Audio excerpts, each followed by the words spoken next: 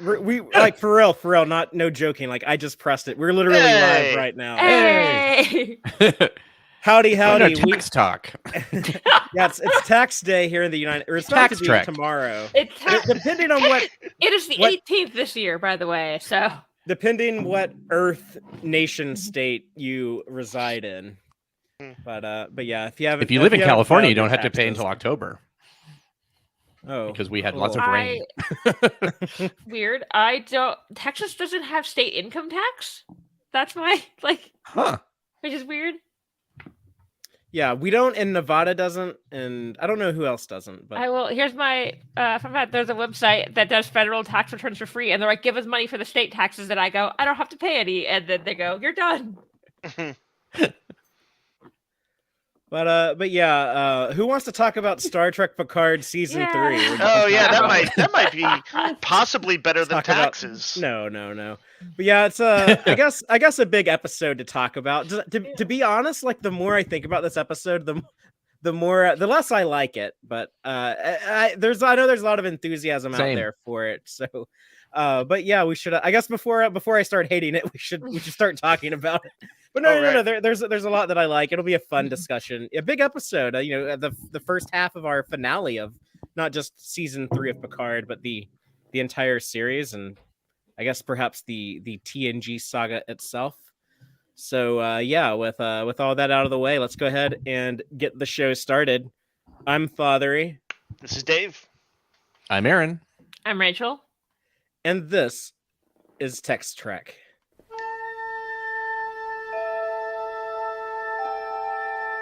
Engage.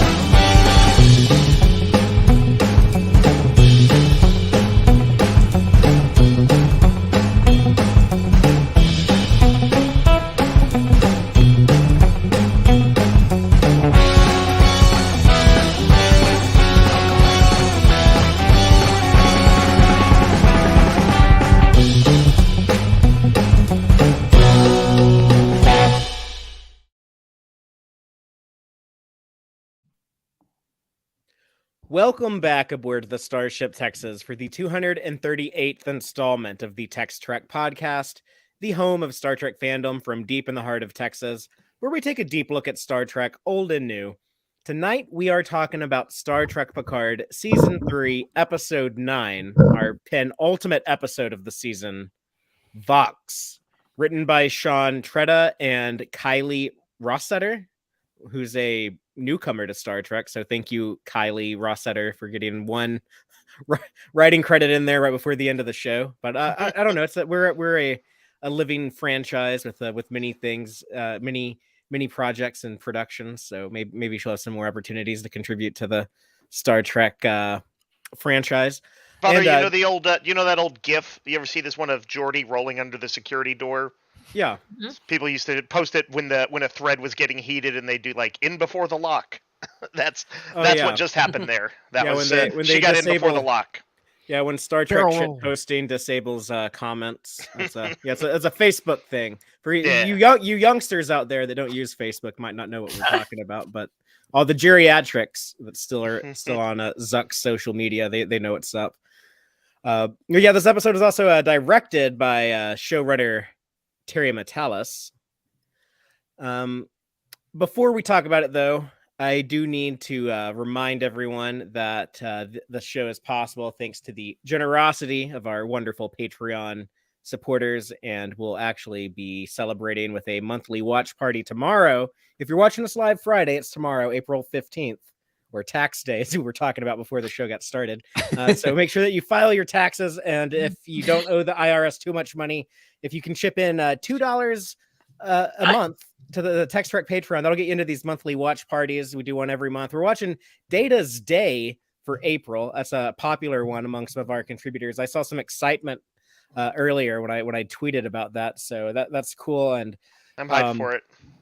Yeah, Dave. By the way, Dave really likes that episode. I know, taxes are, for whatever reason, are due the 18th in the U.S. this year. Yeah, it's actually Tuesday, but yeah. I don't want to like encourage people to wait to the last minute. Yeah, they shouldn't. I'll do it. I will absolutely do it.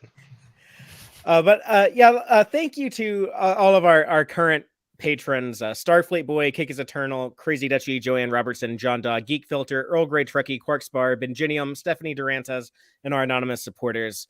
And we'll have something else coming up in May that we'll announce tomorrow during the watch party if you're attending that. We do those in the Tex-Trek Discord server, which anyone can join the Discord. We have some fun conversations in there.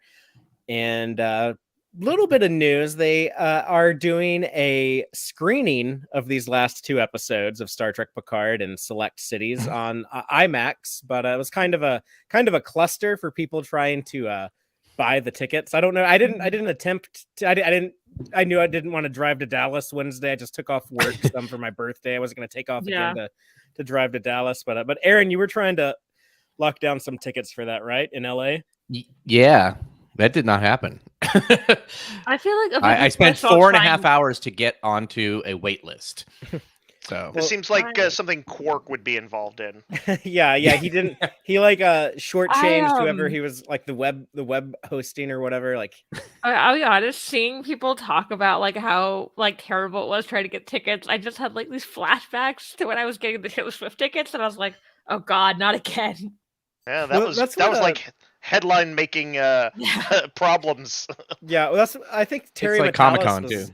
Terry Matalas was on social media trying to control the narrative, I guess, and be like, see, Star Trek Picard season 3 is as popular as Taylor Swift, and we're crashing websites too, which honestly though, that is actually good publicity. That paired with the it is, except for GoPhobo is not a great site and it is very easy to crash. So that's, the fact that they thought that would work was like, Packlids actually saw this coming.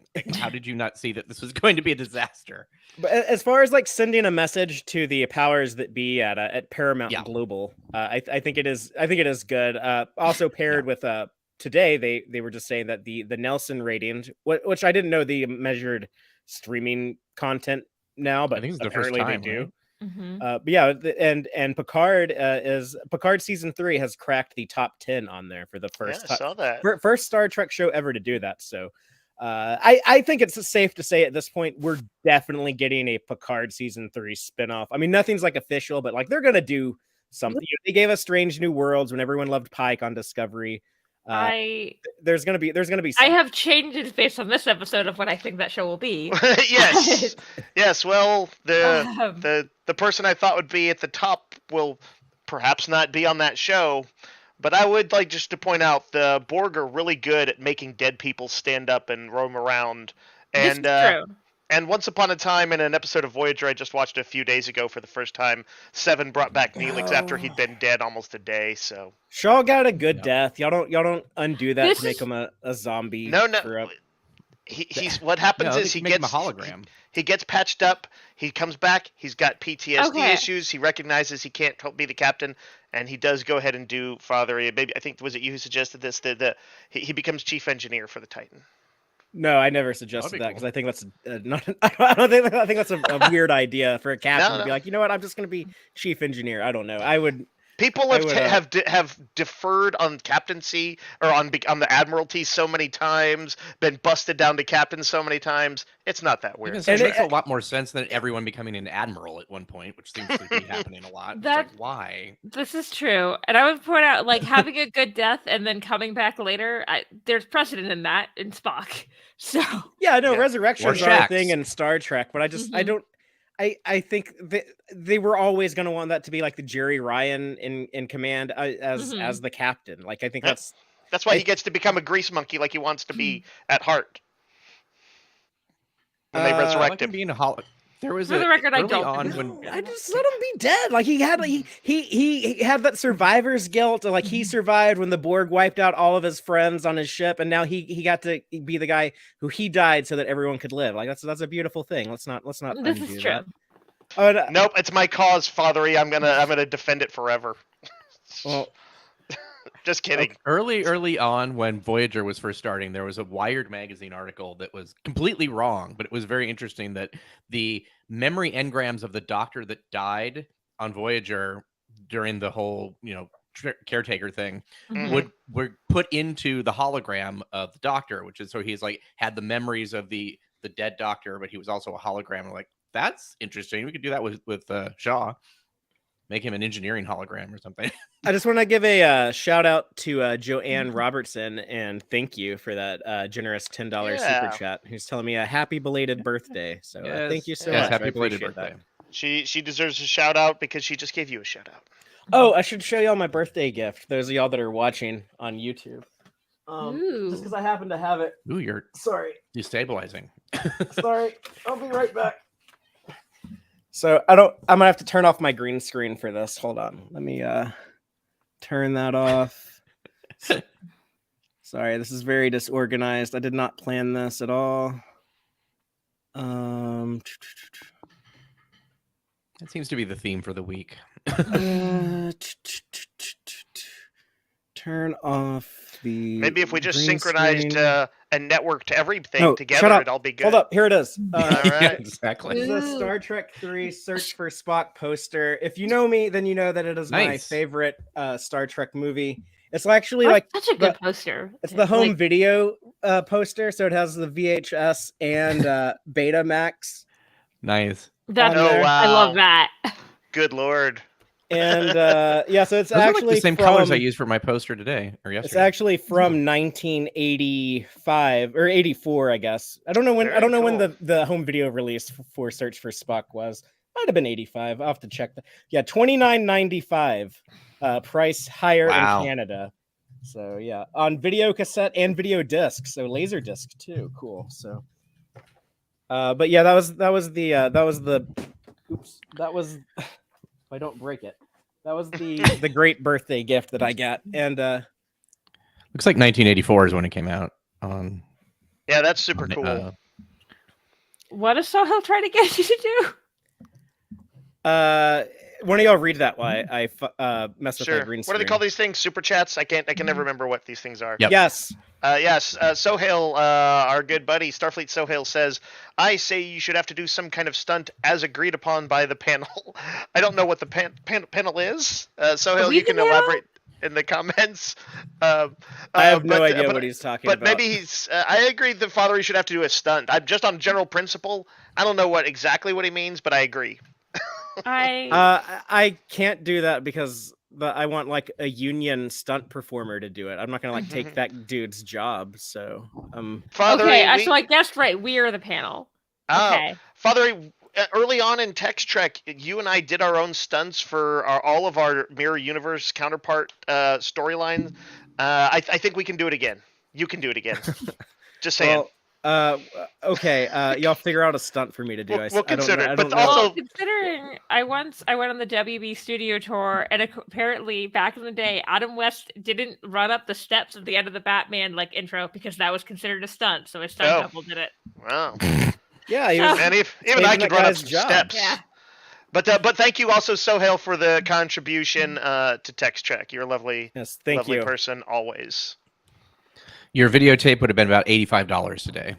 Oh my God! Inflation calculator. Wow. Yeah, VCRs were kind of a rare thing in 1984. Yeah, I remember renting the VCR itself from the place, and having to put down like a deposit of like $200 in case you absconded with it. Oh yeah, used to like if you didn't buy like the tape protection when you rented a movie, like you might. I kind of forgot about that. Like they had like insurance. Yeah. Oh yeah. In case it broke while you were watching it. In case like your shitty VCR ate the tape. Man. Did they like prelude of Blockbuster's sins to come? I just remember Be Kind Rewind. Yeah, that was a thing. And also a movie with Jack Black that wasn't very good, but and also because of when that movie came out, did not come out on VCR. Yeah, it was a VHS movie released in the DVD era. But... Yeah. I was listening to somebody talking about lunch pails today, and they said, we turned down Star Wars because Black Hole was a flop. I'm like, that's chronologically not how that worked. Yeah, Black Hole came out in 79. Yeah. Star Wars came out in 77, so... I guess they thought the trend... I guess they thought like Black Hole had like ruined the trend of space opera being popular.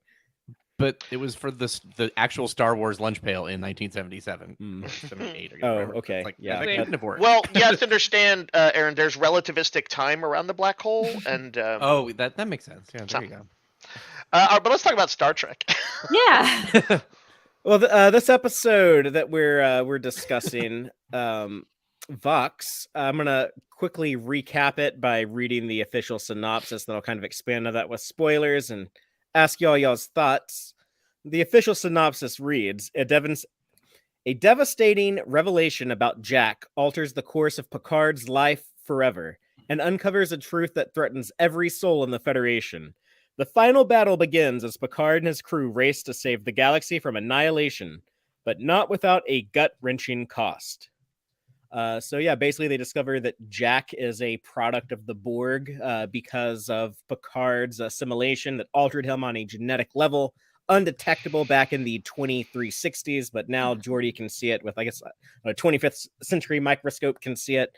But yeah, he never had aromatic syndrome. It was just an alteration to his DNA to make him a transceiver of like Borg commands. And now we find out what the changelings have been up to with their infiltration of Starfleet, but they've actually reprogrammed the transporters to rewrite the DNA of any Starfleet officer beaming around the ships who is 25 years or younger if you're a human. But if your brain isn't fully developed, then you've been altered, you've been made susceptible to the Borg commands that they're going all biological. They don't have like the robot-y parts. It's like through the organic parts of people, they're able to transmit a control over drones, and they've kind of stealth assimilated the youngsters of Starfleet on Frontier Day, and now it's up to the old timers to set things right on board the Enterprise D. So I think that's a pretty neat plan. Just as a quick aside, I was well, I'll talk about it more whenever we get to our things. Well, Dave, why don't you just talk about it now and give the first opening statement and give us kind of your broad thoughts on the episode. Well, along with you and Aaron, and we'll see with Rachel. I think I was a little disappointed in the episode, in sort of some of the bigger picture stuff. I knew it was possible that kind of as we got to the end game stuff that I'd be a little disappointed, because when they go into action adventure mode and get closer to being like sort of the action adventure movie style, that's when I tend to somewhat detach a little bit from a lot of the modern Trek stuff. And I thought some of the writing got a little kind of goofy. I was like, oh, when Jack like possessed those guards, and he had. Why didn't they lock down the ship? Like, why did they give him like 5 minutes of nothing and he could just walk out in a shuttle? Why? Picard seemed to twice they flew up on the Frontier Day fleet with at least no real plan that we knew of. And the Enterprise D, as much I love seeing it, but the notion that Geordi completed it as a pet project is over 20 years. Up on seemed blocks in the garage. A little dodgy, and there was other stuff like that. It's not, it's the kind of things I somewhat expect in action movies, but I kind of like Trek to be a bit better.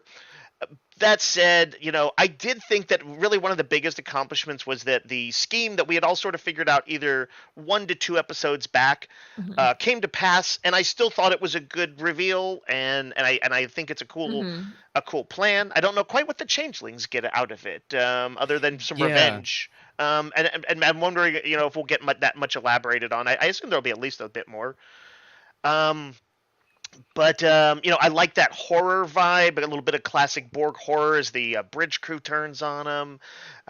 It was amazing to see the Enterprise D and to like hear Majel Barrett's voice. That was something. So yeah, I love that. But I'm conflicted. I'm like Jack right now. I'm torn apart by inner turmoil. Still broadly enjoying it. This isn't gonna like sink this season or anything for me. They got too much stuff right. But I actually think if I had been able to go to one of those screenings, I'd probably enjoy it more, because you'd just be overwhelmed by the emotion and all the grandeur of the big screen, and then I would just be like, oh yeah, I'd just overlooked a lot of this stuff. But anyway, yeah, that's where I am right now. A little bit of a middle of the road on the episode. That's it for me. Aaron, why don't you go next? What was your broad stance on this episode? Very similar. I would say I'm kind of a little upset with myself for being overwhelmed by the nostalgia part because I try not to do that, and then like, oh my gosh, it's Major Barrett. Wait, you just killed Shelby. Wait, so now you've killed all of the strong women that have ever put themselves up against Picard. Oh, okay.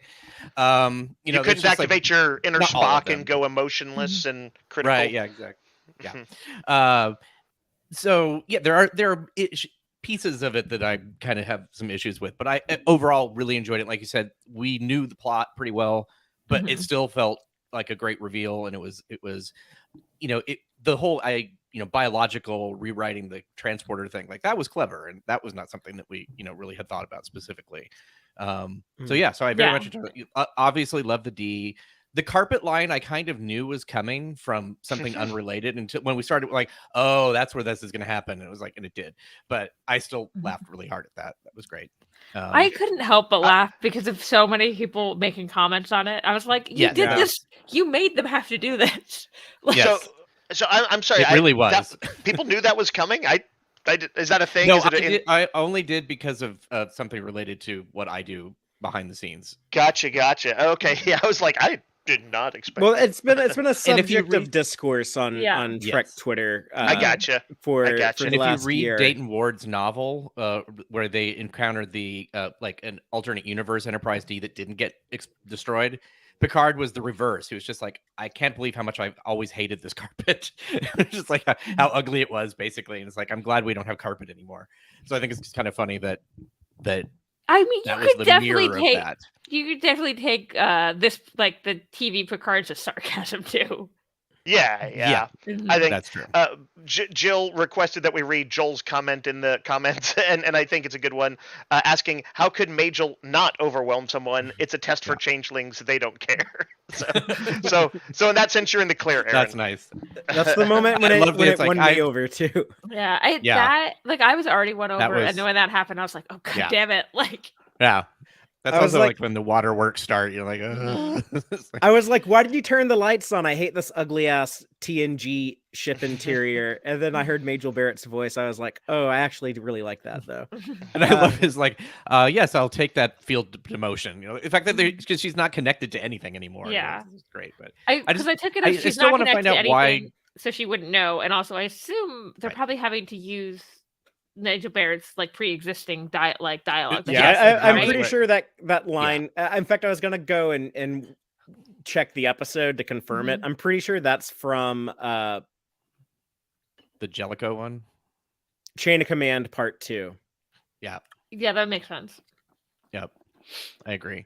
But yeah, no. So I love the parts that you're supposed to love, basically, and had some questions about some others. Of course, I personally was very, very happy that we heard in the background the USS Pulaski. So that was fun. I can save that for Gornig. So. Yeah. Diane Muldaur might not want to show up in Star Trek anymore, but we're not done with her. We'll still force Pulaski back into the new shows. I was assuming that's the only way they could, because everything I've heard from Diane Muldaur, no interest. Like, no, you don't want to be back on the show. Well, fuck you. We're gonna name a ship after you. Rachel, I want to find out what Rachel thinks. It's similar. I think maybe I enjoyed it. It sounds like a little bit more than you guys, but the thing that it definitely felt like, and it is, so I think that's why I was fine with it. It feels like a not done episode, but it's the first part to a two-part thing. So like it is a not done episode. So it is a not done episode. So I was like, well, that's maybe fine. we should reserve our full review for next week. So I was like, it's fine that I feel like that because that is what it is. Right. It's like if you just watch the first 45 minutes of All Good Things or In-Game or something like that. Yeah, exactly. I really I did enjoy it. I have like some of like similar issues where some things felt like they kind of are having to rush a little bit, but I think that's the nature of like just trying to get everything done, get all the ducks in a row to like set up for the finale. I think if they had revealed Jack earlier, we wouldn't have to rush as much now. They could have done that. They could have done that last week. There was plenty of time. Yeah. Last week when they just showed like the doorknob and like they're about to open it, they could have just showed like Troy just like freak out at like the Borg cube and like ended the episode with like the shot of when she's like, I'm so sorry, and there's the Borg cube. I understand like kind of wanting to save it, but because like if they were going to like show this maybe like more as like a movie, they wanted those to be like super like connected. But I like enjoy like even if there was like some plot things, I was like, oh, that could have been smoother. I like enjoyed the performances all enough and like the action that I was like, I'm on board with what's happening though. Yeah, we got to see all these beloved characters interacting and working together, and like it's like almost impossible not to just enjoy some of that ride or a lot of that ride. I think we all saw that it was the Borg related. I did not see them assimilating almost everyone though. So yeah, that was cool. And all 12 ships in the fleet. Sorry, that bugged me. Like there's way more than that in Starfleet. There has to be. You know what my theory is? That there are other ships that have like clearly something's going on and have stayed away. Like, oh, that would be good. Like, yeah, I mean, like canonically, like Geordi does say, like, yeah, they're bringing every ship to the Sol system. So I guess like I would just assume they weren't all right at that. They weren't in front of the camera.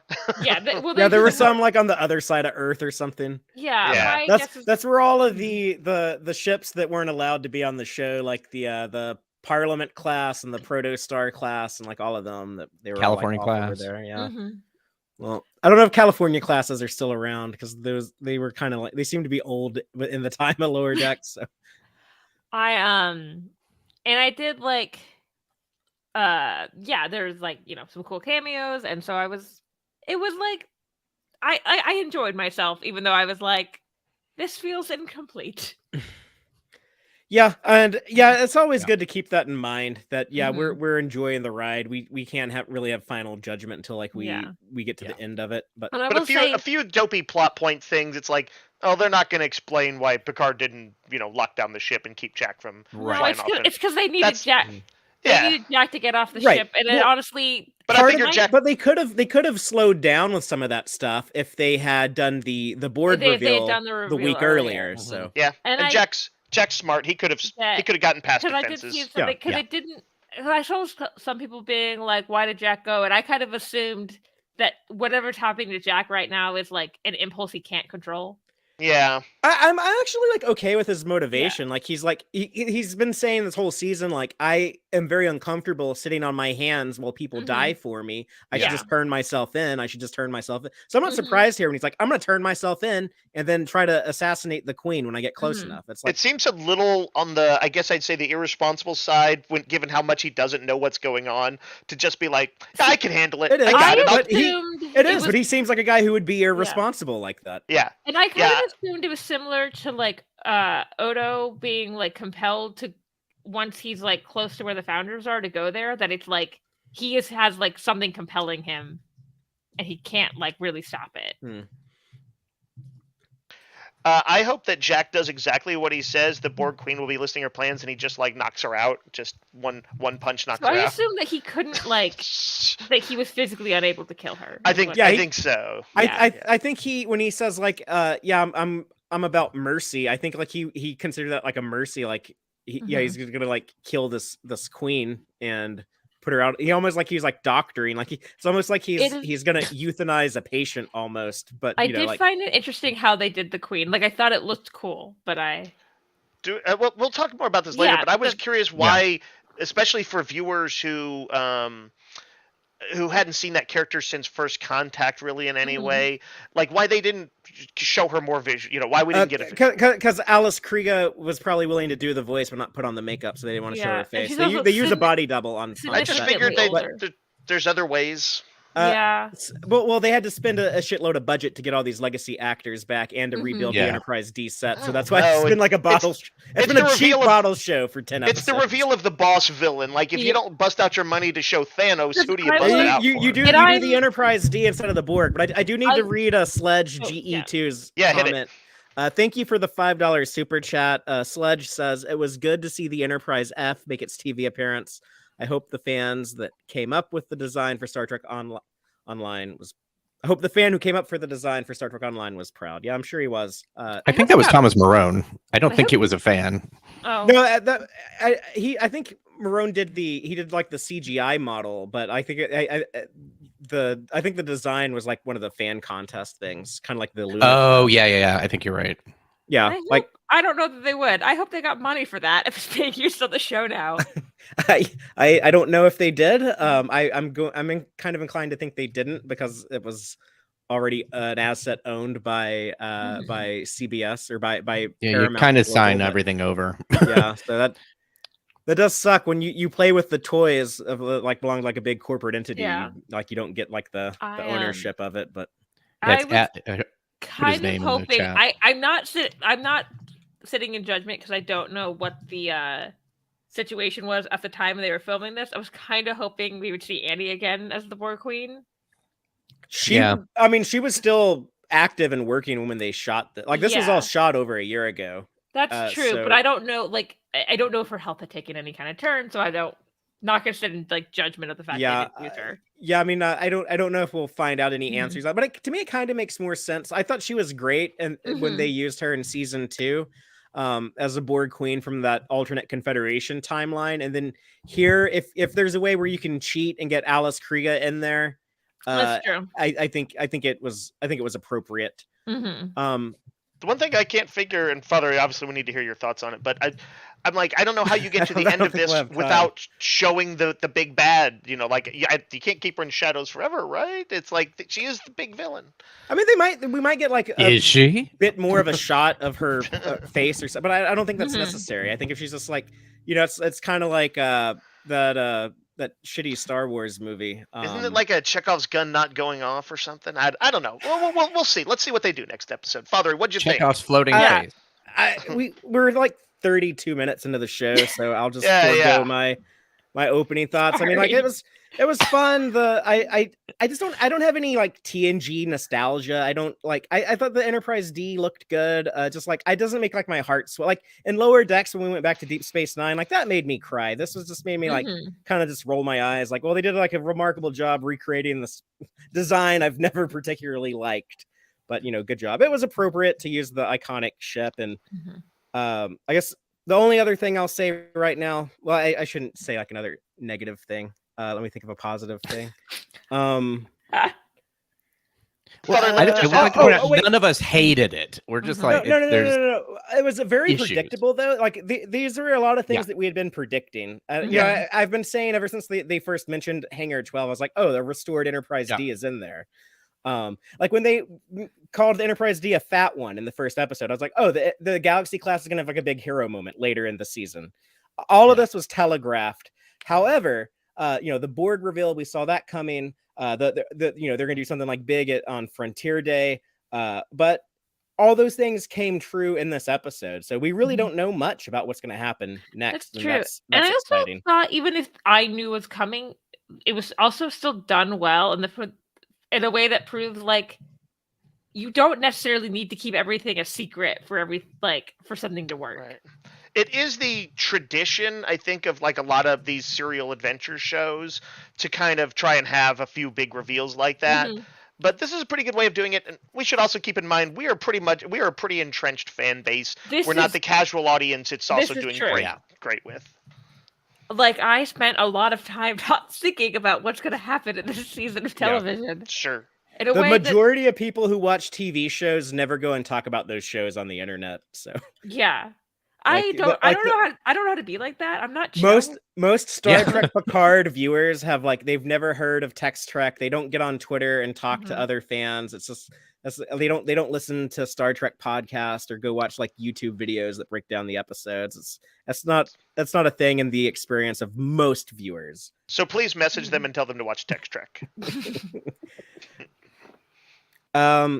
But yeah, let's go ahead and get into our episode breakdown. Let's just start off and talk about like the Jack stuff. Then we'll do the Frontier Day stuff, and then we'll end with the Hangar 12 stuff. But yeah, opening with Jack, where we ended episode 8, with the doorknob about to be turned. I was adamant last week when I said like they have to reveal the Jack stuff. They can't end with a cliffhanger 2 weeks in a row, promising Jack answers and then not delivering. So when this episode opens with like Troy being like, oh no, I can't do this, and like she like runs out of like the like their little dream, and like Jack is like, what was behind the door? I'm like, yeah, I need to know what was behind the door. I could almost hear you when that happened, Fathery, because I was like, wait, they're not going to just say. I was actually yelling that out loud. I was like, please, I can't keep doing this. Yeah. But also, but yeah, let me just leave you here alone in the room. Okay, I'm sure that's safe. Mm-hmm. Well, she had to go and be like, it is kind of like the horror movie scene, the Lovecraftian scene, the person who saw the monster and has to tell the people. I kind of respect the structure. Yeah. It wouldn't have been the same if she just got on a comm link and said, shit, it's the Borg. No, but she could have like ran out and said lock the door or something like that to the computer or whatever. Mm. Well, she is pretty hawkish, which kind of surprised me. I thought it was interesting. I thought it was an interesting choice. Yeah. But Troy is the one who is like, hey, like, no, there's protocols. Like, your son is dangerous. He is a weapon. His presence threatens all of us. I think she that's has completely command training. Right, and I think that's completely reasonable for her to say. Like, literally, this guy has sort of an unknown power levels to control people, and he's a pawn of the Borg in some sort. That's incredibly dangerous. But you would think she would say, like, I hate to say this, or like, it pains me to say this about your son. They needed to go hard. They needed to make it. For Troy to come off as the hawkish one. Like, that'd be as big of a deal as like if Worf came off as like the really like compassionate, touchy-feely one. Right. They wanted it to be something that we're all going to die. We got shook. Like if Worf had been the one who is like, your son threatens the entire Federation. Security measures must be taken. It'd be like, Worf, you always say that. But the fact that Troy is the one saying it, it does. We have to eject the warp core. I mean, you can't have Worf say it. Picard would just ignore it. The conversation between Picard and Jack, where Patrick Stewart is good when like those when he gets to like show like his his vulnerability and his trauma with the Borg, when he's like, you don't know what it's like. They forced me, they controlled me. I almost killed everyone I loved. I was like, oh, I never thought about it like framed that way. But that makes sense. That's how he would remember it. And I'm the cause. It makes fault. sense with Picard saying like, I'm saying that you're dangerous because I was dangerous. And it pains him. It pains him when he hears Jack say, when he's talking about like the beauty of the perfection of the collective, and when he's like, who would have thought all we needed was like a little cybernetic authoritarianism to set things right? Like that hurts Picard to hear that. Jack gets a lot of good turns of phrase. He's a guy who kind of I think he's kind of like, he's darkly witty. He's cynic. There's a cynical bite, but cleverness too to a lot of the stuff he says like that. And so I like his really jaundiced lines. I love them. I think that's some of their best scripting.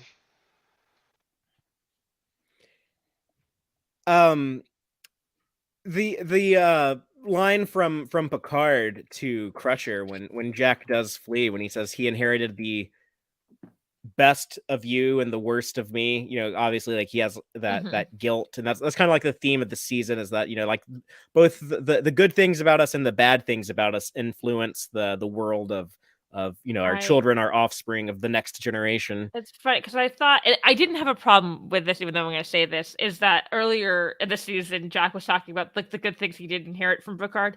I truly believe at this moment Picard thinks Jack got nothing good from him, because Picard is very down. But it's like interesting. I was like, no, Picard, like, you gave him good stuff too. It's fine.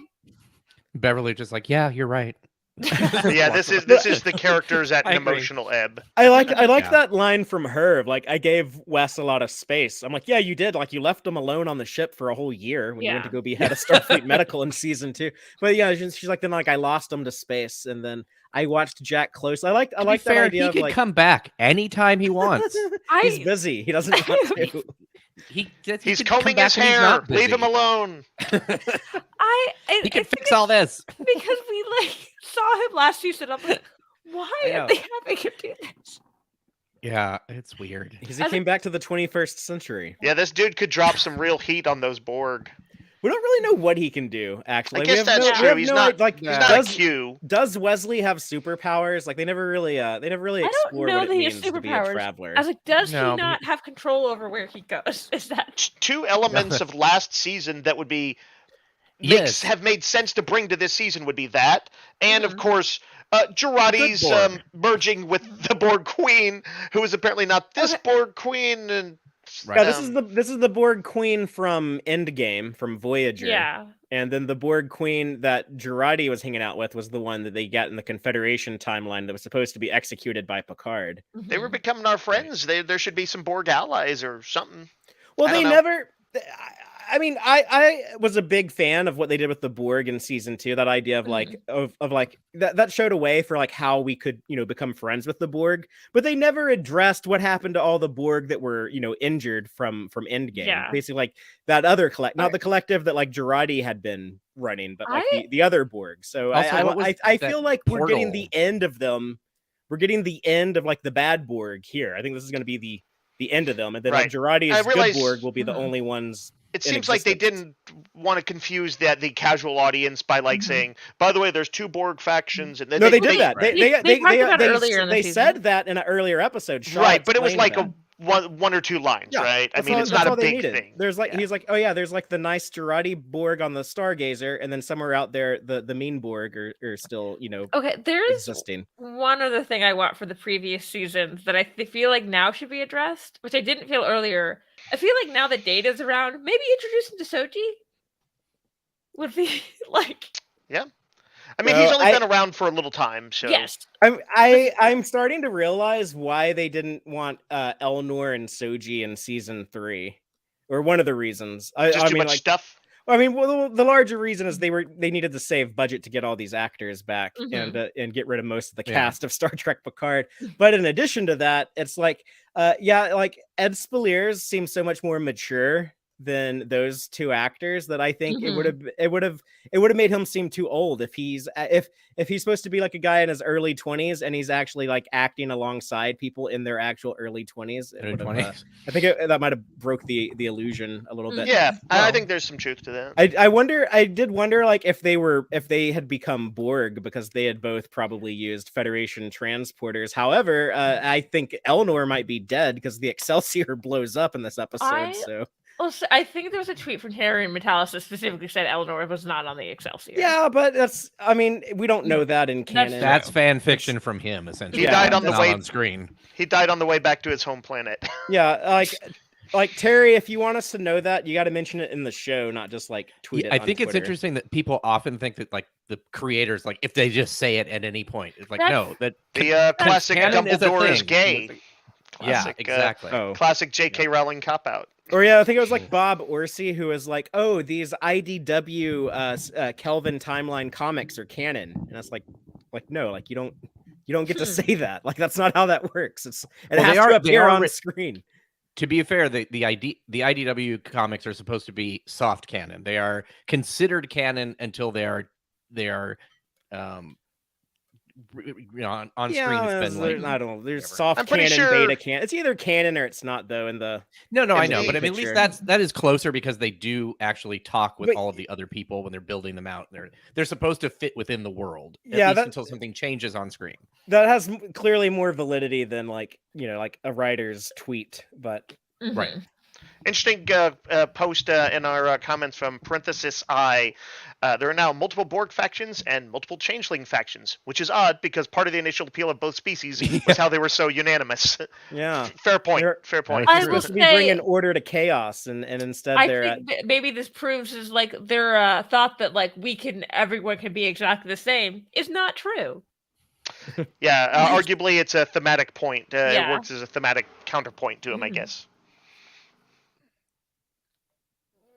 I've also heard people talking about that the idea that it's all the young people that are being there's a lot of different ways to read that, but one was that it's the people blaming the Gen whatever Z, not Gen Z, the youngest generation. It's like, oh, see, we need the real Gen X and millennials to take over, and I don't know. It was a very weird ages sort of thing. That was my biggest problem with the story was that the message that oh, it's like the Borg are turning all of the kids gay, and we need like the old timers to set things right. Yeah. You know, See, every I once in a while in sci-fi, there's a thing where something will happen, and I'm like, well, this works as a metaphor. And every once in a while, I'm like, sometimes that's just the plot. Like it's just Right. it does, Yeah. and I don't think it means anything other than obviously we want Picard and crew to be the heroes. I kind of Right. took it that maybe it's like the Borg are arrogant and they think, oh, we don't need like, because they're so focused on like things being perfect that they think, oh, obviously the younger bodies are better to like to have. Well, they did. There was like just a straight science explanation. They said the parietal lobe or whatever it hasn't formed fully until age 25. So anybody 25 or under vulnerable, 25, 26 or older, I guess not. Which is going to be a decent number. I guess that's why there was some fighting among the ships and all that stuff. Yeah. And it makes sense that like, okay, if like just 10 or 20% of your ship is that young, that's still like a substantial part to like suddenly do. This is where the Norpen colony comes and takes over and helps everybody. Especially when you're like, when it's clear like they were everything on stun because they don't want to kill these people. That was, they'll be fixed in the next episode, and they'll all be back to normal. I thought that was a nice, arguably one of the last sort of actions of Captain Shaw was to, still looking out for his crew, stun only. I think it was Picard who says that, though. I'm pretty sure it's not. I just rewatched it. I thought it was Picard who says that to Shaw. It's like when Shaw is like on screen, but it's Picard's voice. Oh, it is. I guess that's possible. I was pretty sure it was Shaw. I would say like either of them would make that same call. I'm pretty sure. So it's, I suppose, a bit more meaningful if it's Shaw because it is coming up on the end. But yeah, we'll have to take a look. Maybe Picard said it off screen and voices in the chaos were lost to me. Not fair. We have Jack as he's the Borg voice. He's, I guess, like Locutus was like the speaker. He was made to like speak to the Federation from like the Borg's perspective or whatever. But I guess Jack embodies like the actual voice. That's why she named him Vox, because as Jack points out, the Queen was like really into like giving him a Latin name for some reason instead of Regenerati or whatever. Or Vox probably was the better call of them on an aesthetic level. audio also a robot at the 1939 New York World's Fair. Oh, what's that? It was also a robot at the 1939 New York World's Fair. Maybe the Borg Queen just knows some human history. Yeah. The Borg Queen does seem to be one of the places the Borg allow for a little, obviously poetic and humanish wiggle room. So Jack is just the transceiver end of the, like he can like send signals to people. So that was the thing that's in his DNA. And then I guess what they've done with everyone who they altered is that they put in their brain, we see like it on a computer display, but it's like it's called the receiver protein, which I guess is like where they receive commands. So when Jack was doing his mind jacking, as I like to call it, last week, we only do see him like do that with like other young people. So I guess it's like he was only able to control, the other people that had already had like their DNA altered. Yeah, when he was like bending the straw in the bar and 10 forward, he was like bending it into the shape of what's revealed in this episode to be the receiver protein. And it's in the end credits of the show. I think we now know what everything in those end credits mean. I hadn't noticed that. That's cool. No, yeah, I had noticed like thinking about it, I was like, oh, he only ever mind controlled people 25 or younger. Let's talk about like the actual Frontier Day disaster. And it starts off, really beautiful, bunch of ships. It was like 169 or 269. I know there's like an actual like count of how many are in there, but I know the fireworks are a good visual symbol for this kind of thing, but it's felt a little hokey that I was like, oh, that looked like 20th, 21st century fireworks, made the same sound as fireworks. Like they don't have some cooler space fireworks or something. I mean, 21st century fireworks look a lot like, like 1400 fireworks, right? Yeah. Man, they're in the future. They gotta have future shit. It's Star Trek. Give me some future shit. Well, they'd have like drones at this point, that would do Let's see some robots performing. I don't know. Star Trek doesn't do that though. Star Trek always has like, the people still like play like the same musical instruments. They read the same books. I found it a little quaint.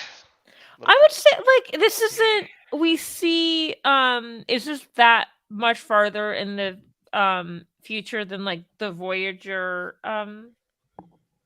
like not the Were there some fireworks in that? Yeah, not in that alternate in future the when they alternate return. future, Oh, right. there's fireworks. But that would have been... It was around this time, right? It would have been around this time. That actually would have been like a little... When Voyager first made it back to the Alpha Quadrant and that false timeline that didn't happen, I think that still would have predated this a little bit. Yeah, but like A little not bit. by much. But not by much. Yeah, and it's around the same time. the same type of fireworks. Yeah. Yeah. I don't know. The fireworks made sense to me. Yeah. But the most, I guess, important thing was seeing the Enterprise F in action. You know, we'd seen it on computer screens and stuff before. But the Odyssey class in canon. If you play Star Trek Online, you're probably pretty familiar with the design. I was more excited to see 2394. That seems. Oh, so that was actually 3 years after this. So yeah, around the same time. Okay, so we've seen fireworks in Star Trek around this time period. I disapprove in all whenever they've shown it. No, they're all. Fair. It's just a trend. It's like a retro thing. It's just coming That's back. fair. Sure. I have Like a the coffee hipsters who are having their place on Nepenthe. I have a coffee table from the 60s. I can't judge. Admiral Shelby. Yay. This is an area where the show really disappointed me. I thought it was cool to bring her back, and I'm okay with Hugh dying. That didn't bother me at all. Icheb. No, I didn't shed any tears. Like, oh yeah, Icheb. What else were you gonna do with Icheb? You know, like kill him, fridge him for Seven's character arc. I was okay with that. Cool. Bruce Maddox. I'd never gave a shit about seeing Bruce Maddox again. Go ahead, you know, execute him as well. I was okay with like all these deaths. I thought Ro had a beautiful death a few episodes ago. But Admiral Shelby, like, this is the one that, like, this was the straw that broke the camel's back for me. I was like, no, they didn't need to like bring her back just to kill her. Like that really disappointed me. Did we actually? She might be. Did we actually see her die? I don't think so.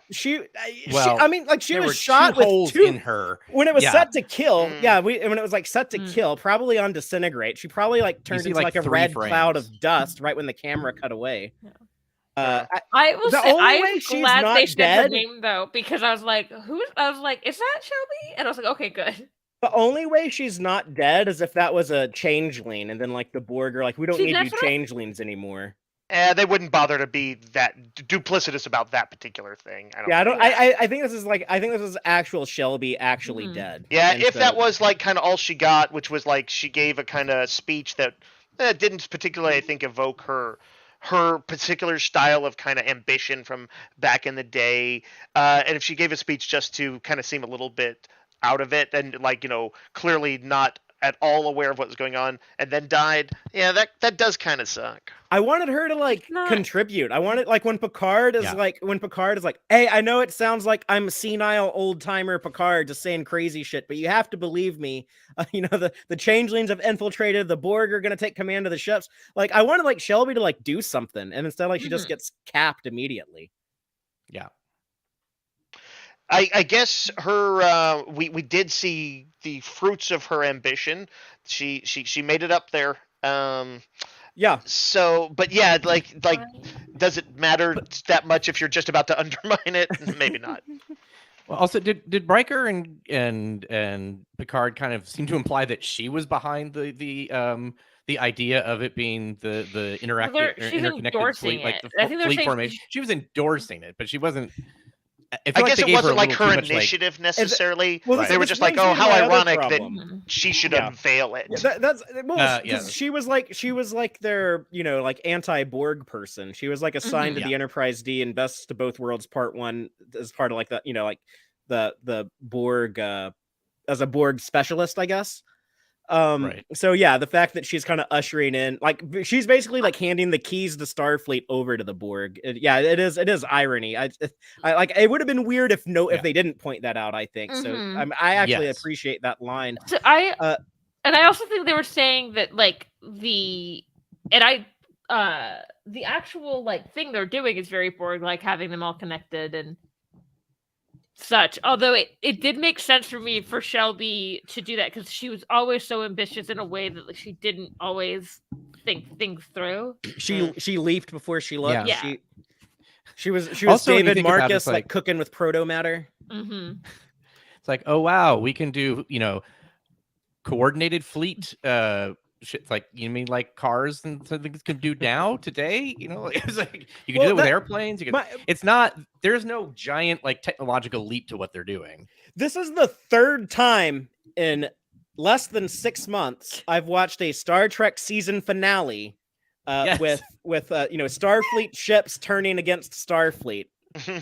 Maybe it's a theme. Maybe they're doing it on purpose. What was the? I know Prodigy was one. What was the other? Lower Decks season 3 did it.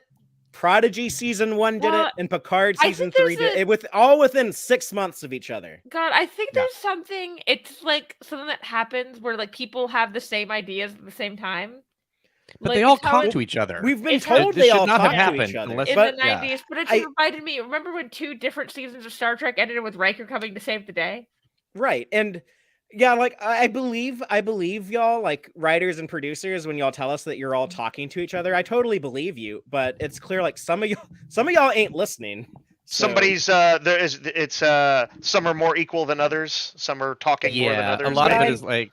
Yeah, we still want this, like, but we're doing it already. Yeah, we're still doing it. I'll be honest, like I get there's like a lot of like enthusiasm and a lot of support for a Star Trek Legacy show, and I totally understand that, and I totally want to see more 25th century Star Trek, but not at the expense of other Star Trek shows. And if they are going to do a Star Trek Picard spinoff of some kind that will continue forward after the events of season 3, then I think it's very important that show does not try to like overwrite or ignore the other Star Trek shows, including the animated Star Trek shows. I think that's like pretty shitty to do to Prodigy, which actually like went out of its way to incorporate a lot of Star Trek Picard stuff into what they were doing, like the way they showed like the Tal Shiar and stuff, and Prodigy, the way that like they mentioned like Admiral Picard's mission to Romulus and stuff. So I love our Star Trek franchise, but I have to say, like, I'm envious when I look at the other Star franchise and I see like, oh, look at all these characters from like their animated show, like appearing in live action and just like the respect that they're given over there. So I think we can do that just as much in Star Trek. So yeah.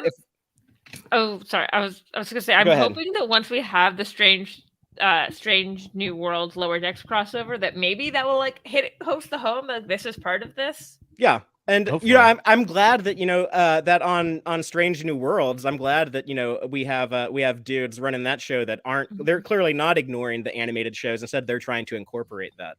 So I was trying to think other shows like I was always impressed that Discovery like brought in stuff from Picard, even though they're like in the far future from like what Picard is doing. Yeah.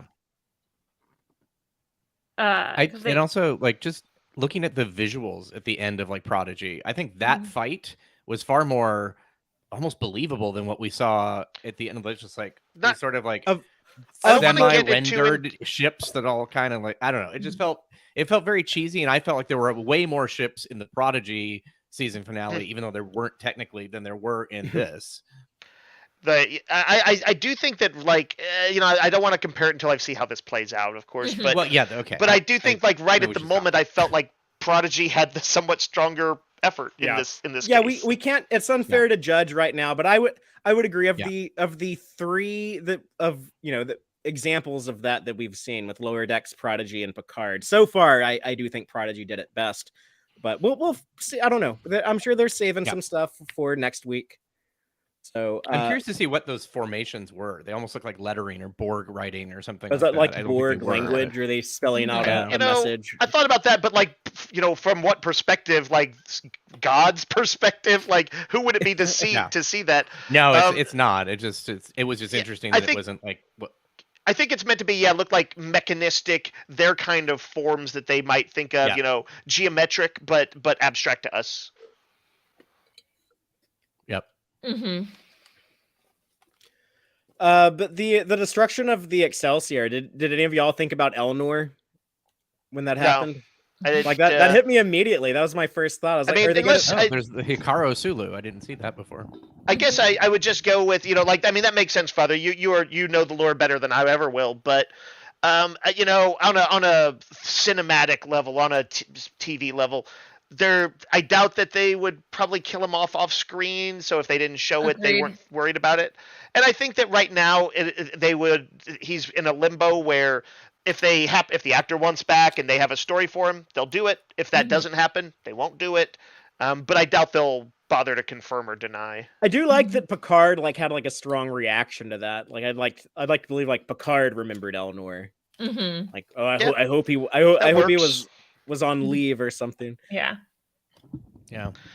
This was a great scene. Elnor saw him as like a father figure, right? He was kind of another. He was a surrogate son, at least. He was more of a father to Elnor until Jack, I guess. Yeah. Just because they actually, knew each other. He would go read books to Elnor when he was a little kid and stuff. That's more than Jack ever got. He didn't know about Jack. Yeah, it's not Picard's fault. It is because he's not psychic. Beverly chose to never tell him about his son, and removed the greatest decision of his life from him. But we heard her reasons for that. The death of Shaw. That's one I'm okay with. I was, much more happier with that than Shelby. I didn't want him to die. I was sad when it happened. I was nervous every time there was a phaser fight because I knew he was wearing much thinner plot armor than any of the other characters around him. The thing is, he is, but I also thought that here's the thing. I think that Star Trek is as a franchise is better with him than without him, and so I guess I'd say the same of Hammer from Strange New Worlds. So I'm not I think it was pretty well handled. A little, I wasn't as moved as I had hoped. I suppose I would be. I felt slightly more rushed than I expected it to be. Yeah. Maybe and it also feels a little bit like tagged and traveled with him a little bit down some corridors where you kind of knew it was coming, but I don't know. Maybe they had a little more time. And this death scene was immediately followed by the huge nostalgia trip of the D. So it really feels like almost like, okay, we're getting rid of these people now and moving on back to the past. Look, and that's almost how rushed it is. Yeah. I was like, are they doing something with him? I was genuinely surprised he didn't make it till next episode. It's a little weird because they, arguably spent this entire the vast majority of this season building him up. That's that's very kind of, I guess I'd say, a Joss Whedon move to then pull the rug out. I feel and maybe he comes slightly back. bad for Todd's Josh work for every time someone was like, "Are you gonna get a spinoff?" And he was like, "Who knows? Maybe him." No, he did a good job not spilling the beans on that. So I agree. That. I suppose it is possible that he's resurrected next week, but I mean, if he is, cool. I'll be happy to see more Shaw, but I'm fine with this being the end of him, and I think that is more likely. I'm glad he finally stopped dead naming 7. Thank God. Yeah. I mean, that's when you knew he was going to die. Either that was going to be this huge, great scene, or he's going to be dead. Yeah, as soon as he got shot, I was like, oh, he's about to call her 7 of 9 and then say, you should command the ship, and then he'll die. I knew another thing I knew was coming, but I was still like, thank you. I needed maybe that. The older 7 from her early Voyager days should have manifested, and she should have been like, you only said that because you're dying. Yes. That would be harsh.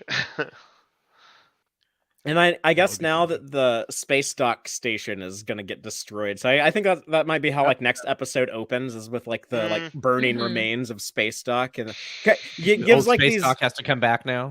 Maybe, but it gives these ships something to do before they start, I don't know, blowing up cities on Earth or whatever they're gonna do now. But yeah, blowing up things doesn't seem like their motive. I'm not really sure what their objective is now. I guess that's something that we'll learn next week's episode. They're gonna destroy. I assume that they Profit is the next stage. We're dealing with the underwear gnomes from South Park. That is another Paramount property. So assume that they are now maybe would try to more traditionally assimilate the older characters. Right, they do still need to essentially take over various institutions. You essentially have the fighting force of the Federation, but not, I guess, you don't have the infrastructure of everything else. Also, it'd be interesting to see what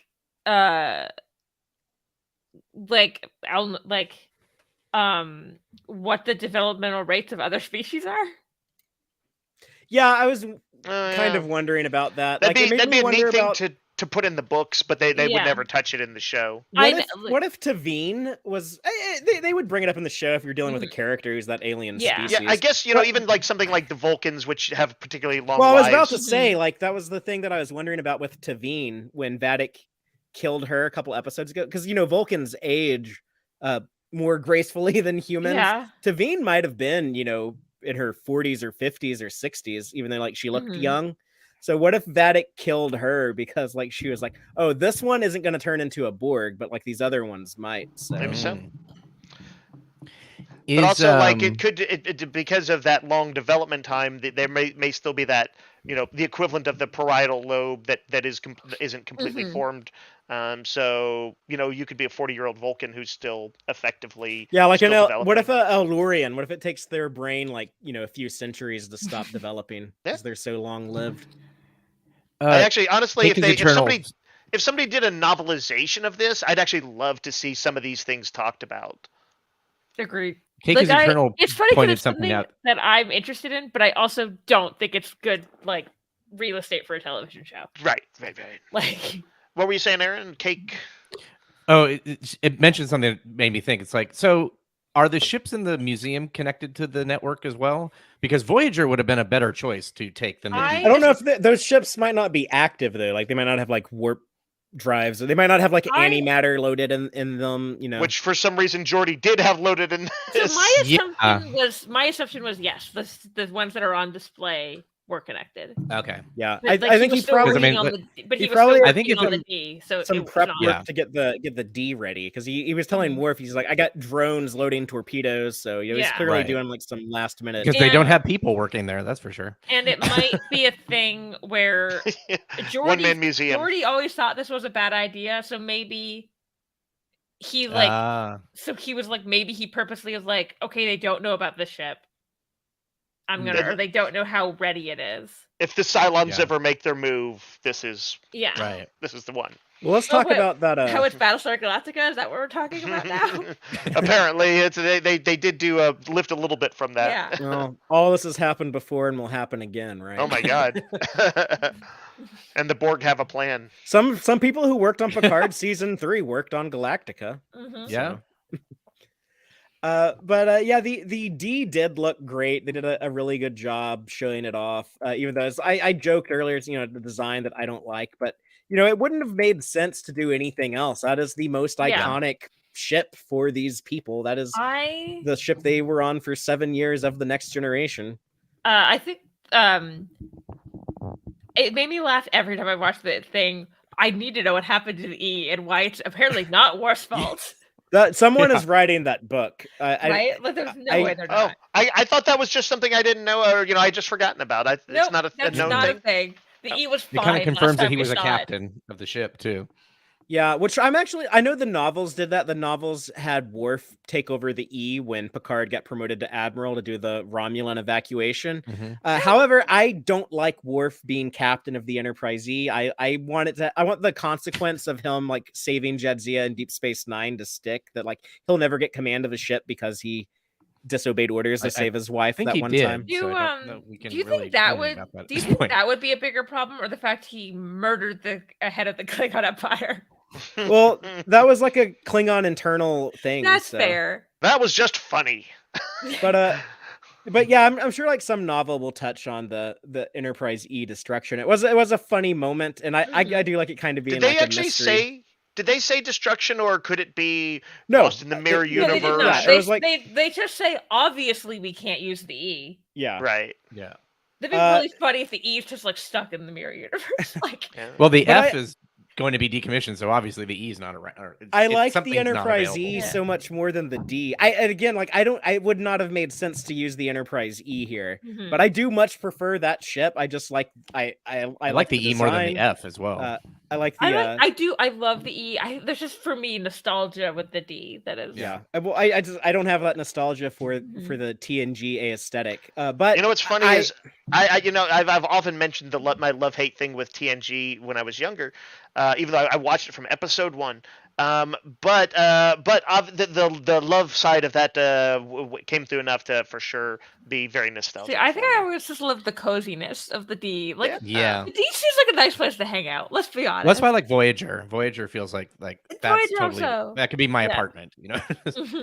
But I love that Majel Barrett at one point said that the Enterprise D looked like a pregnant duck. I'm like, yeah, that's a really good description. Hilarious. Oh, you know what we also did talk about? I love the different facets of Data, of him being like quite sweet with Picard, and then later being like, "I hope we die quickly." Yeah, that was fun. He got some good moments. I like this new Data. This is a balanced Data. It feels like.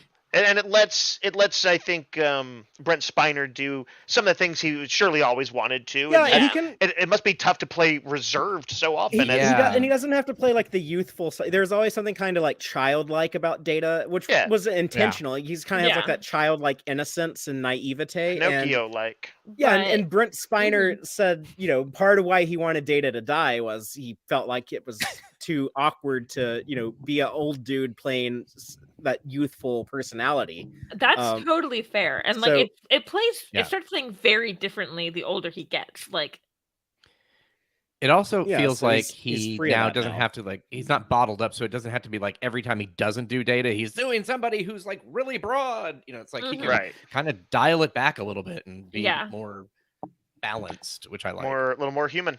I still would have preferred just not having Data resurrected, though. I feel like it was just like lore forced to team up with them. The band. But I was trying to say this earlier, but I did appreciate Worf just saying how he also preferred the E. I was like, that's all I need. I just needed like one of the characters to like agree with me that like this would have been like a lot cooler if we had like the Enterprise E. But I get it. We have the D. The little things on his bandolier are not the same as they used to be. I noticed they added a new emblem for a House Rozhenko. But it looks like they don't have the other one that used to be. It was literally an LCD pin that I had at one point that came out before TNG. Well, he changed from the House of Moog to the House of Martok on DS9, and so now he has. Is that okay? Yeah, the lower one is the House of Martok, and then the one above it is the new House Rozhenko. Which I assume just him and Alexander are the only people. I don't know. Maybe like Alexander has like a wife and kids, or he might have a husband and kids. I don't know. I don't know what Alexander's up to. Where the hell is Alexander? Yeah, Worf doesn't know or care. He's not. He wasn't name checked, and neither was Kestra, so they're just not part of the family anymore. I would love for the Titan series to function more like Strange New Worlds episodic, so that they could kind of zero in on sort of that kind of stuff. You could, you wouldn't be. They're gonna want it to be like the idea for that show that if they do the legacy idea that Terry has, it's gonna be more like these big stories like this. It's gonna be like these season-long arcs that use a lot of stuff from the late 24th century. It'll be like they take things from TNG and Voyager and DS9 and do like. See, that's perfect for episodic format, and Strange New Worlds is like beloved in that format. I don't see why it would be not any less viable. Yeah, I don't think you need to have world-ending threats because this season is the highest viewed season of Star Trek in decades, and it is a serialized structure. This is okay. But that was I think the cast had more to do with it than the structure. Yeah, I do too. But do this one more season, and if it kept up, great. But this is, and as much as it's well written and everything, there's nothing unexpected in this. This is basically like plug and play nostalgia. It's like if you take the nostalgia part of it off, there's nothing terribly innovative about this. It's not like, wow, this story is amazing. It's like it's satisfying, but that's different than good. A lot of it looks bad to me on paper. Like Jack and Picard have this secret love child. Like that always sounded. I dreaded Jack and Picard into the season. I mean, not Jack. Beverly and Picard. Nice. See, But See, the- Jack yeah, is like Q in Picard's. I only accepted that because of just the performance that Patrick Yeah. Stewart and Right. Gates McFadden I gave. So think this yeah. season maybe step back to like not go super crazy, do some things that are predictable in a way to like let the actor shine. Yeah. And like I kind of appreciate that. I feel like often Star Trek has really good actors and they don't give them enough to do. I feel like Gates McFadden and Marina Sirtis are like the prime example. oh, of they that were to me. they were horribly Yeah, they still don't underutilized. have I this- mean, Yeah. I don't. It sounds mean to say about like They're more Gates- utilized than they were in TNG, but they don't seem to be Mhm. much more. Yeah, I mean, Gates McFadden like never really impressed me as an actor with all the material we got from her until this season of Picard, which like it really like hammered in like, oh yeah, like they really were not using her. They were not using her well at Like all. I used to watch Star Trek First Contact, you know, like that scene between everyone talks about it, the big iconic thing when Lily goes into Picard's ready room and has like that talk, Mhm. you know, when he goes no, and he breaks his little ships and all of that stuff. But I always thought like, man, it seems like so much more appropriate for their history if it had been Dr. Crusher having that conversation. But I always thought in the back of my head, but like, could Gates McFadden have done that? Like I didn't know if she had like the chops to deliver like that powerful scene. But after watching yes. Picard now, it's like, Yeah. oh yeah, she clearly could have. She clearly just- could have. Never wanted to use her in the movies ever. It's Yeah. So this brings up something I noted when I was watching this. I think she is going to get some big moment in the next episode. She said a line that almost works very meta too. There must be something I can do, and I'm going to find it. And I'm like, that sounds like she, in a way, first of all, pointing out in some on a meta way, they sometimes don't know what to do with her. But then I think she is going to have some cool notion and kind of get a big scene sometime next episode.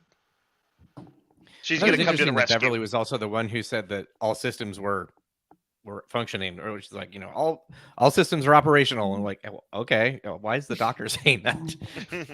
Yeah, it was cool to see Geordi sitting in the at the helm station like he was originally in season 1. The Picard's carpet joke, I did chuckle at that. I thought it was kind of fun that they acknowledged that. I don't think he like seriously like missed the carpet that much. I think I think he was. I think this was he talking got to the there. people, the audience. That's the Patrick Stewart side that kind of comes out of Picard. Yeah, I feel like Picard got there. It's like, oh, I forgot about this. Yeah. I like it better in the books where he doesn't not like the carpet. It's like, ugh, glad this is not around anymore. He needs to take off his shoes and, like Die Hard, make fists with your toes in it. Sorry.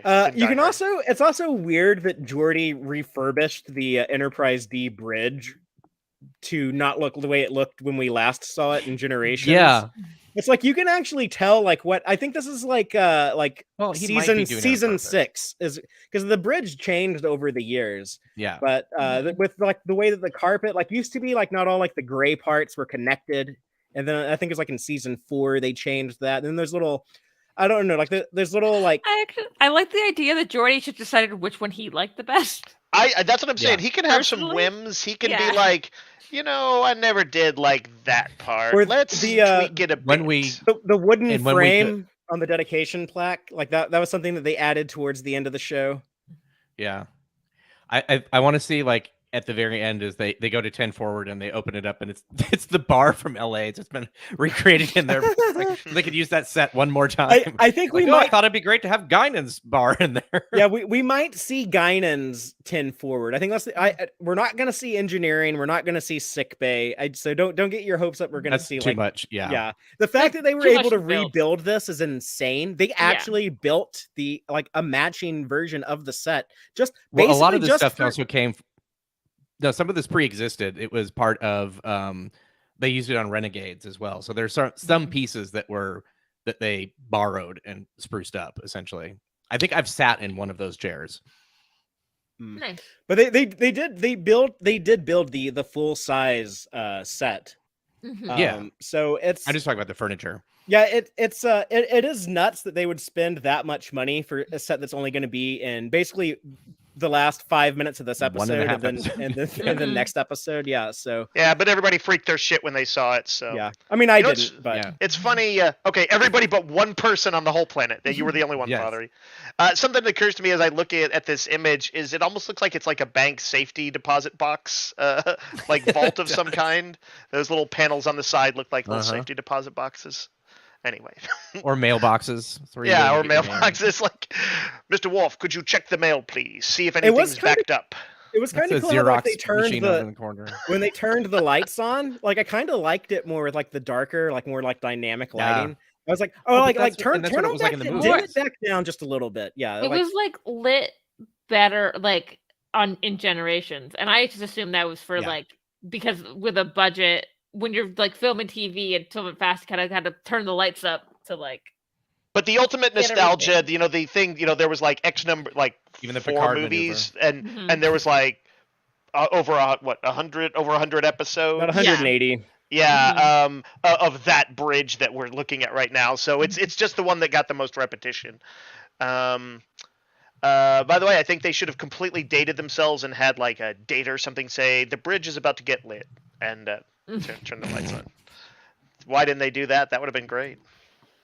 Well, the episode ends with the fat one flying again. Mhm. The big D is unleashed. I like that. Is this the first time we've heard Picard say "make it so" the entire series? He said engage. He didn't say make it No. so, did Yeah, but he said "make it so" in this scene. Like he said "make it so" and then he said Did he? "engage." he? Okay, but he had said make it so back in season 1. Okay, I couldn't remember, but I think at least this season. Yeah, because I kind of, like It I might think have on been the first time this season. Yeah. Mhm. yeah. I like that Because they wasn't kind it something of when waited a Jordy little. like or a big Girardi was like excited when he did that once. I think. Okay, it's been a while since I've rewatched season 1 of Picard, so. Yeah. I liked that at least for this season they waited till he was like back on the like bridge. Yeah, Enterprise that's good planning. That's yeah. He got a Picard maneuver in. Mm-hmm. I need to go and check the little I don't know what you would call them, not a chair, just like those little tiny, they kind of look like a little kid like booster seat or something, but they're on like the outside of the chairs that Riker and Troy sit in. There's like this little extra chair. It's like the guest star seat when you have like extra character on the bridge for some reason they can sit there. But those changed over the years. I need to go and figure out like what season those are from. I also want to look out to just see like how is Jonathan Frakes going to be like getting in chairs? Can he still like throw his leg over the back? Oh, and his line, did I get bigger? Or did the bridge get smaller or whatever? Mm-hmm. Yeah. It's funny because it does look like the way it was shot and everything. It feels like it's exactly the right scale. Mm-hmm. That sometimes is hard when you see people who when they recreate something because it's not necessarily just the layout of the bridge; it's the lighting and the lens that's being used and the film quality. So they did a good job at matching that. I often almost wondered. I was like, did they like do it exactly to scale, or do they do it to scale so it would look the same now that it's the aspect ratio would be completely different, right? Like I was told by someone who worked on it that it's like the exact same scale. They looked at the original blueprints from 1987. I'm impressed that it looks like this as the same because I would think that it would that's what I was saying. Look different when filmed. It's just I mean it does look a little different because we have like a different aspect ratio and but I don't know. To me, like I've looked at like a lot of pictures of the set, like behind the scenes pictures and stuff, or like publicity pictures, and like I mean, you can go like to TrekCore and just find like all kinds of pictures of the set, and to me it like looked. Only thing that I thought that like didn't, and I wouldn't even like say this is like a complaint or anything, but the only thing that like didn't look like, I guess, quote unquote, like screen accurate was the graphics, the displays, they're actual like monitors now, but like they're brighter, they're dynamic, they have like motion and stuff on them. But I mean that's a plus. That's what we kind of always imagined these displays looking like. That's probably what they were in their minds what they were supposed to look like, but So what do y'all think they're going to do when they do we have any notions of what they're going to do when they roll up to the now Borg fleet? No idea. I have no idea. All of our nobody seems to have a plan the first time with a ship that actually was good. So I don't know what they're on going the to do Titan with an old-timey ship. They should have brought the cloaking device from the Titan too, but we know that they're going to have to like what did Riker say? Run, shoot, or what What hide. if they did about hide. 1,000 Picard maneuvers real fast? Well, that's kind of what they did at the end of season 1. So I don't know if they're gonna All borrow those that trick pictures of again for the Gerardi. end of season 3. I'm going to go ahead and guess that Beverly is going to be the one who comes up with whatever thing their Mutar Nebula, their thing that will get them out of this. And it's going to be something to do with, we can run, we can create interference. We can, do something. The only prediction I guess that I had that hasn't come true yet is I think that the very end, the final shot of the show will be them hanging out on the Enterprise D and blue skies playing, and then we'll have their signatures on screen like Star Trek 6 playing poker. So we might that's why I think we might see 10 Forward. We might have a poker game in 10 Forward, and it would kind of match Picard's dream at the opening of the first episode, and he's playing poker with Data. And that's what I was to thinking. blue skies playing. So yeah, and also TNG ended with them sitting around playing poker and everyone loved. And I've heard Terry and Matalas say that show had such a perfect ending, and he was just kind of treating because he's like, there's no way I can end TNG. It already ended with a perfect ending, so this is just more like an ending to the movies. And so I think if he makes that match the ending to TNG, I could totally see him pulling that move. Do we think everyone's making it through the next episode? I think so. I think they're at this point. I think I agree. Yeah. Now since we lost Shaw, I think now they're and Shelby and Ro. It's they're. I guess if you were a regular on a Star Trek, I think Tuvok will be shown to be okay next week, but I think Shelby will still be Shelby's dead. I Tuvok definitely lives, but think Shelby's that dead. For another reason, because does anyone mind if I spoil something I saw on Twitter? Is it about this week? Is it something about the upcoming episode? Who tweeted it? Tim Russ. Yeah, you can mention that, I think. Tim Russ said something. I was like, "Oh yeah, I can say that." I was like, "I was in a couple episodes." So far, he's only been in 2 episodes, so we know he's going to be in the next episode. Yeah, but we don't know if he's changeling Tuvok or if he very much could be changing Tuvok. That would actually be kind of fun to see too.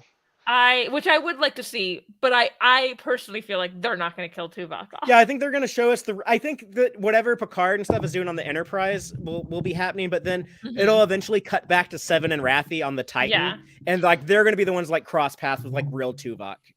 It would be really evil of them if by having Shelby and Shaw die and putting us in this state where we think somebody won't die and then actually killing them. Kind of like what they did in Wrath of Khan, by the way, by having the the opening sequence with the fucking what is it called? I can't say. Kobayashi Maru. Kobayashi Maru. Yeah, and then actually killing Spock later. So the one thing that I thought might happen is that Worf might go out in a blaze of glory, for honor, but because they did the fake out earlier, I feel like that's not going to happen. I don't think I think that they're going to want to end on a positive note, so I don't think they're going to want to end on a sad funeral.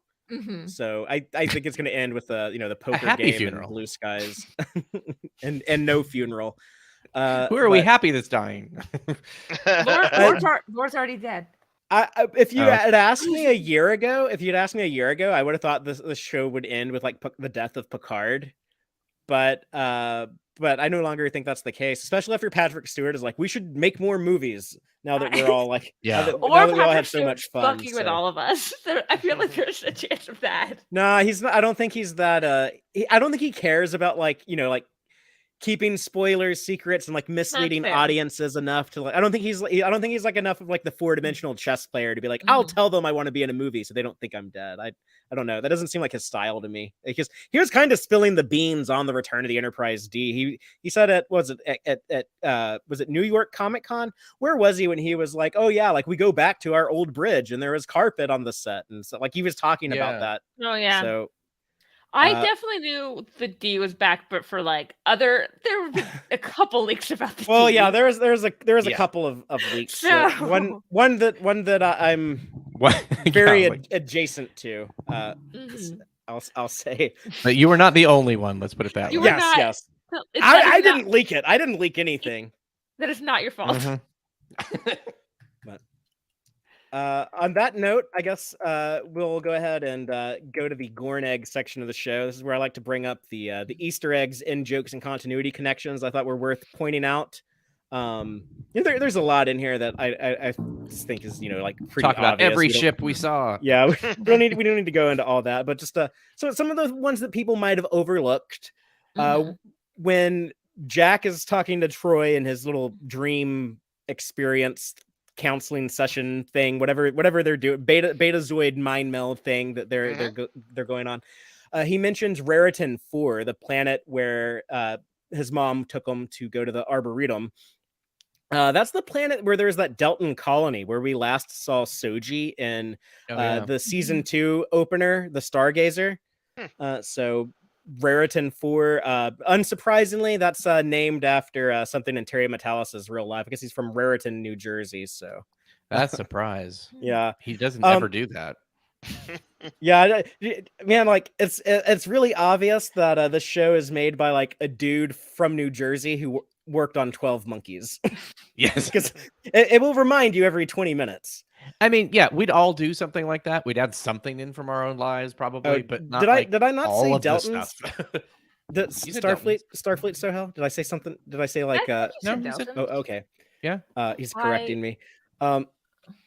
The Borg, I don't know, ship, compound, whatever that like Jack goes to meet the Queen. It looks like remains of the Unicomplex from Endgame. It's even like that same like kind of orangey nebula and stuff. So I think that through transwarp corridors or whatever, like he's actually like standing in the same structure where when Janeway brought down the Borg Queen at the end of Voyager, it's like the same place. Like it's like the Queen has not moved from like that location. Decades later. Castle Borg. The Enterprise F, a big deal for the video game, kind of a new thing for the shows, but I know a lot of people were happy to see that. And there's too many ships to like name all of them, but some of the big ones, they did name some ships from some long-term Star Trek contributors, like the USS Okuda, named after Mike and Denise Okuda. We had the Drexler, named after Doug Drexler. There was the Mandel, the guy who designed the Luna class. I don't know how to say his name out loud. Tyrannigu. Like I see it like written a lot. I never have to say it, but there's a lot of like Luna class love. The idea in the novels was that all of the Luna class ships are named after a moon in the Sol system. So like the Titan is named the Titan after the moon. But there were like a lot of ships named after like moons of Jupiter and stuff that were on display. So like a lot of Luna class love. So happy to see that.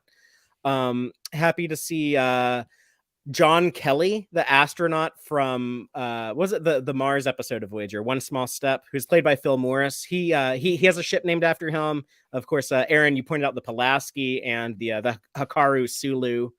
So we have some TOS love in there with Sulu getting a ship. It's interesting which people get their full names and which, like, Pulaski just gets Pulaski. Yeah, like why is it Hikaru? Yeah. I guess because there's like multiple Sulus in Starfleet, but it's like there sometimes in Star Trek there's a ship named the Gagarin, and then sometimes it's the Yuri Gagarin. Yeah. So it's like that's true. Like, how come sometimes y'all put his last name on there and sometimes you don't? But I think we should just always stick to last names. I think that's cleaner. But yeah. No one asked me, so Elizabeth Shelby, played by Elizabeth Dennehy. First time we had seen the character since Lower Decks. She appeared in the Lower Decks episode, An Embarrassment of Duplers, as at the rank of captain.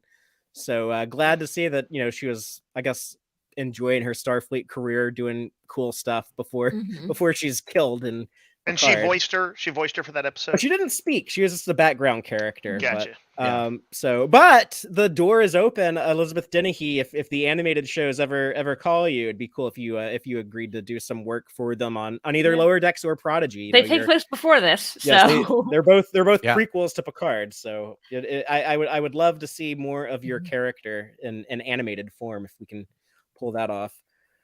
But speaking of animation, there's the voice actor Nolan North, who does a lot of voices on Lower Decks. He does Chief Lars Lundy. I think he's a transporter chief. He's supposed to be like Belgian, I guess. He has like that peculiar accent. But Nolan North voiced the Excelsior captain Ben Bassett, who basically was like, "Tell my family," and then like he gets blowed up before he can finish what he's saying. Very sad. Oh, that was him.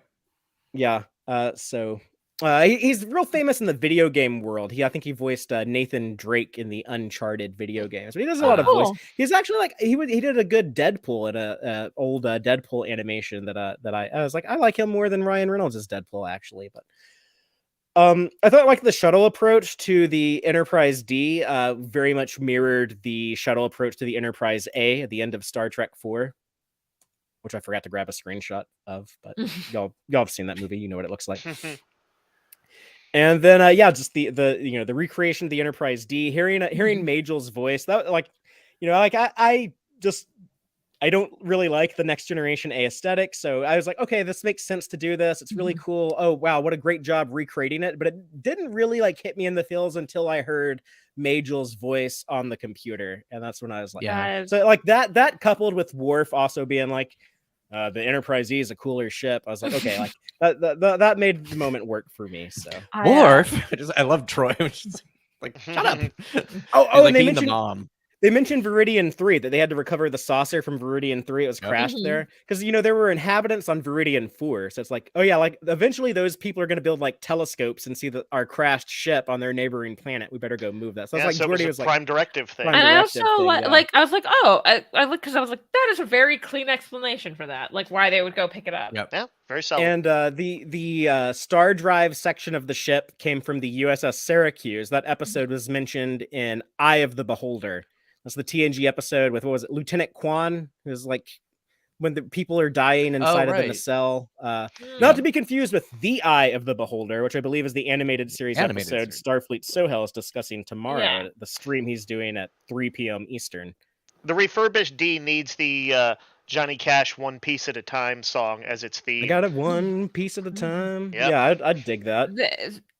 I'm now expecting people to start bringing up like the ship of Theseus thing. Like, how much of this is the Enterprise D? Half of it. Here's a question. I do have a prediction. I have a prediction for next week. We will see a saucer separation.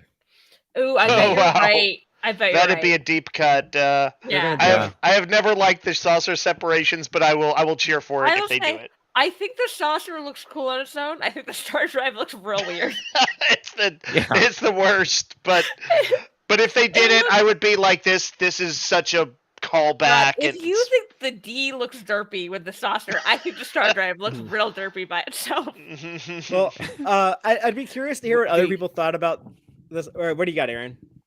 Oh, I was gonna say, like when you showed the space dock thing, it's like, why are all of those other windows or those rooms lit? Like, who's in those rooms? There's Jordy. Like, why is there so much light in there? On. Yeah, it's like, well, Jordy. I'd be curious to hear what people thought about this episode. We did ask some folks what they thought about last week's episode, Surrender, right? That was the name. Yeah, Surrender. So, Dave, what were the subspace transmissions that we got last week? I always like to quick remind people what happened in the episode. In this one, this was the one where Picard retook the Titan, Vadic dies, Data's resurrected, and we get the whole crew back together. So that's the context. First up, Brian Young says, this last ep warmed my cat-loving soul. Also, Data finally grasping humor was everything. Hockey Nut says, and the crying never stopped. I watched The Next Gen as a teen into my early 20s. I didn't realize how much I missed them. Flash 10367 says, greatest Star Trek ever. Getting on to some more critical stuff, Exodus for President says, I'm tired of the Jack mystery, which we talked about that a little bit. Art of Star Trek. Sorry, what were we saying? No, I was saying, I was like, good news. It's basically done. Right, they did get to it. Yeah. Art of Star Trek says, I felt the Vadic's hostage situation was somewhat rote, but the scenes with Riker and Troy, with Geordi and Data, and the conference table reunion were beautiful and emotional.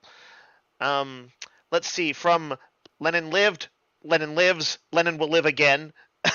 Says, I feel like I'm in an Agatha Christie novel plot-wise, not in a good way. A good mystery presents the elements to solve it, and in this case, I'm absolutely certain the writers are withholding, but the catharsis performance more than make up for that, and lack of change of scene. So overall, still on board. Let's see. Hannah, on the Vatic front, Hannah Levin says, I cheered at the long overdue demise of the worst villain ever. The only cliche she resisted was stroking a cat in a volcano. I know, Aaron, I believe you are probably somewhat there as well. Yeah. Michael Stapleton says, fucking solids. Best line in all of Star Trek. I don't know about all. I don't know if that trumps like I have always been and will be your friend. It is to Michael Stapleton. Leave him alone, Father. Leave Brittany alone. If I like probably, I'd want that on a shirt because I probably wouldn't wear that shirt out in public. Yeah. Over on our let's boldly get the hell out of here. That I do. Actually, I do have a friend who put that on a shirt, and I'm probably gonna buy it. Over on our YouTube channel, Opinions No One Cares About, says Shaw's gonna die, and his last words will be naming Seven properly. So good guess. You win. Good job, see, that flies in the face of there's no clues that have been put out. It's like, I think we've all pretty much found the clues. I will say, because I was thinking that, I was like, we all basically figured out the mystery. Like, I think they put on the clues true. there. They seem to have mostly played fair, and that is a rule usually of who done it specifically. I guess other recent seasons of Star Trek have felt like a little awkward with the end of season reveals, and maybe not quite like this really feels like, okay, they knew the Jack thing when they wrote the first episode of the show. So I definitely want to make sure we give them credit for that. What I always find interesting is that I don't want to say that like I hate this or anything like that. They're just issues that like that when you love something, you can still find the things that wouldn't it be great if this was tweaked or whatever. But I always what I find interesting is the last seasons of Picard. I've liked the beginning and I've liked the end of the seasons, and the middles have always been wonky. But the last episodes have always got me, and I was like, I've actually liked all of this season like a lot more. So I'm sure the end will really get me. Yeah, sometimes they can pull out all the stops or grab you with the emotional stuff, and you're just like they did that with Q for me. I was like, all is forgiven. Same. I was like, I'm so on board with just because of this one scene, everything's worth it. I'm going to close out the subspace transmissions with a pat on our back from GC Snipe, who said, as a longtime Star Trek fan, this is the best Star Trek podcast I've heard. Thanks so much, guys. Thanks for the thoughtful analysis. So much appreciated. Well, thank you. Comment. I'm glad you enjoy. Yeah. Good job, us. We'll take it.